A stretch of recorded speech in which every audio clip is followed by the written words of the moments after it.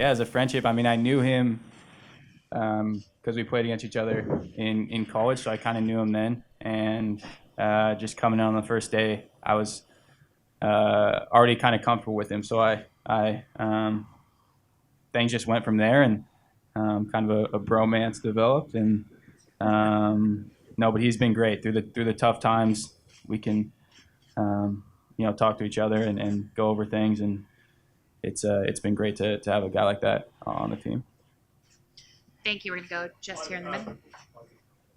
Yeah, for me it's been great. Christian has been my partner in the middle of the field for most of the season, so I'm very very happy to play with him in the middle. And he's a young player with good talent, and he's gonna show Saturday night.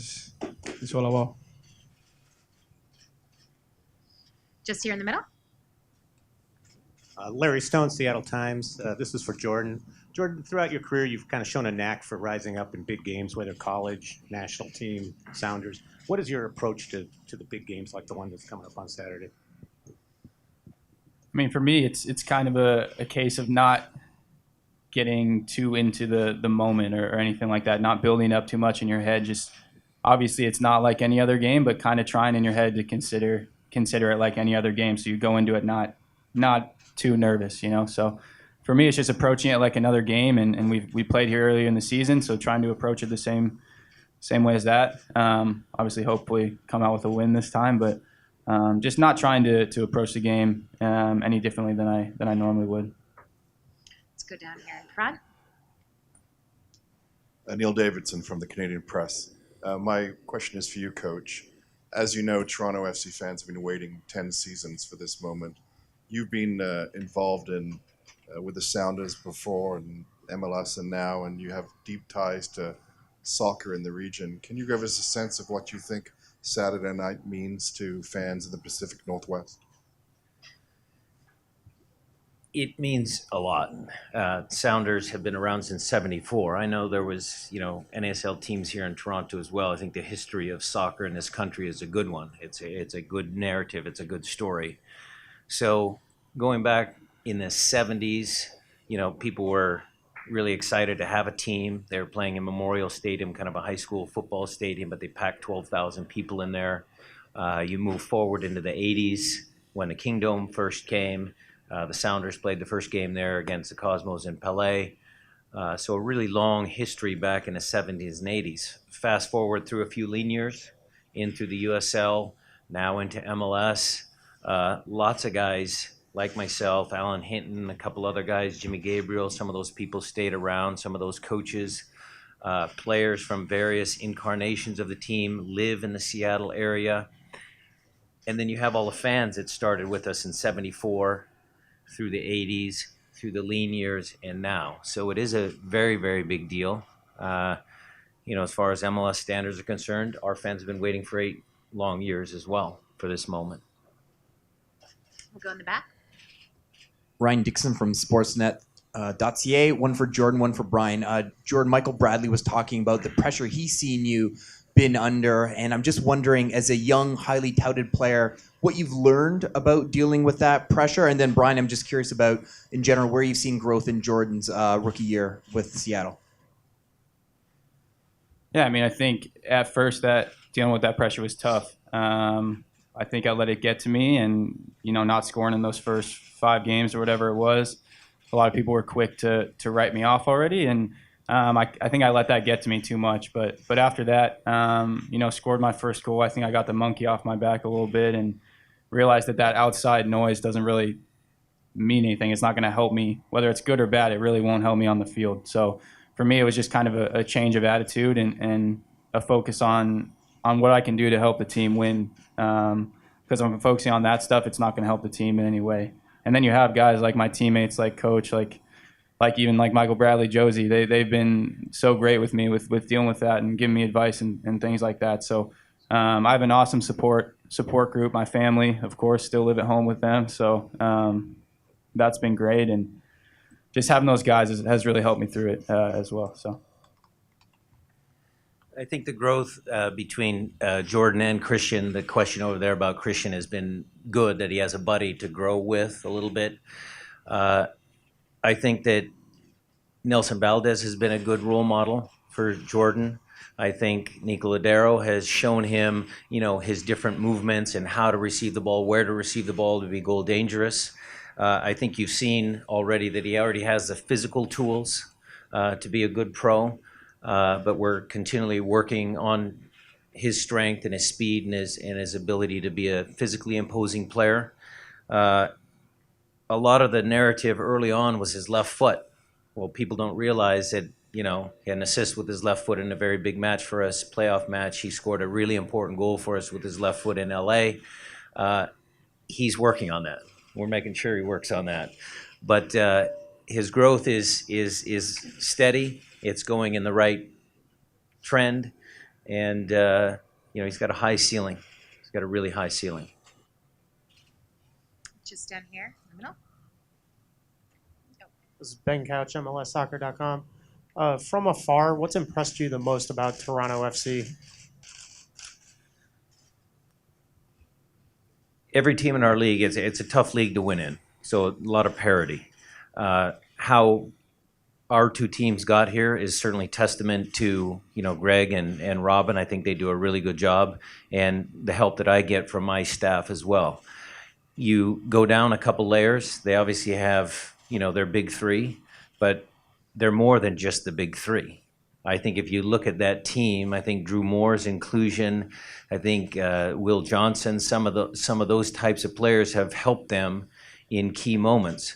When I'm looking at my team, everybody makes a narrative about Lodeiro and Roman Torres coming back. So it's not just them. It's Ozzie, it's Brad, it's Zach Scott, it's Chad Marshall. There's a lot of guys there. So I think the compliment I could give to Greg and Robin would be that they're a team, and that's why I think this matchup is a good one on many different layers, because we're a team as well.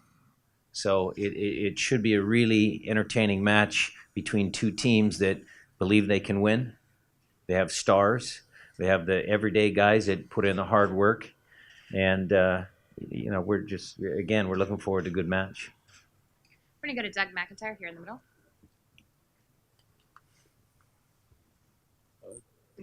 For Jordan, you watched Michael Bradley from afar for a long time before you joined the national team. Now that you've gotten to know him over the last couple of years, what sort of things stand out about his personality that maybe you didn't know before? Yeah, Mikey is a great guy, and if I'm going to be completely honest, when I went in my first camp, he was pretty intimidating to me, and but no, he's been so great with me, and what I love about him is he's just a mentor. He's a leader, and he's someone that you can go to when you need help with anything. And he's definitely one of the guys that when I go into camp, he'll take me off to the side and he'll tell me different things that maybe I need to work on here or there. I remember before the Mexico game, it was going to be my first start with them, and he took me off to the side and told me, if I have the ball here, make the run here, different things like that, where it just helped me feel more comfortable and more confident going into the game. And so for me and for other young guys like me, he's just such a great leader and a great mentor to have. And I mean, obviously he's a very, very good player too. So it's been great getting to know him, and he's been so helpful in my development. So really appreciate all he's done for me. Just down here in the middle. Hi, Armin Dakin, The Score. Jordan, it's been a weird year for soccer. Leicester winning the Premier League, Portugal winning the Euros. Has this season felt like a fairy tale for you, or does it feel like a surreal season your rookie year? I mean, maybe a little bit. Just when you go into I think no matter what, when you're going into a season, your goal is to make the final, right? So,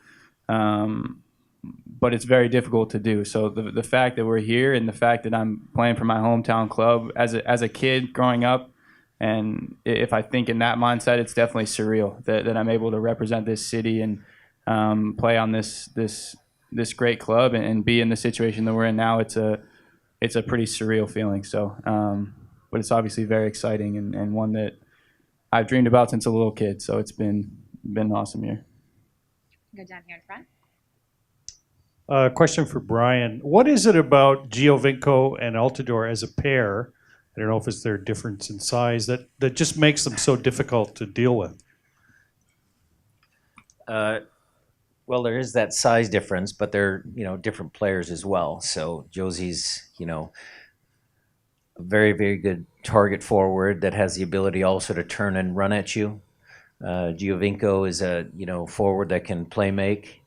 I think that combination any coach would love to have. So they are a dangerous tandem, and it will require some key moments from my captain over here to try and slow them down, and an entire team effort to try and prevent them from scoring. Down here in front. Two questions for Coach.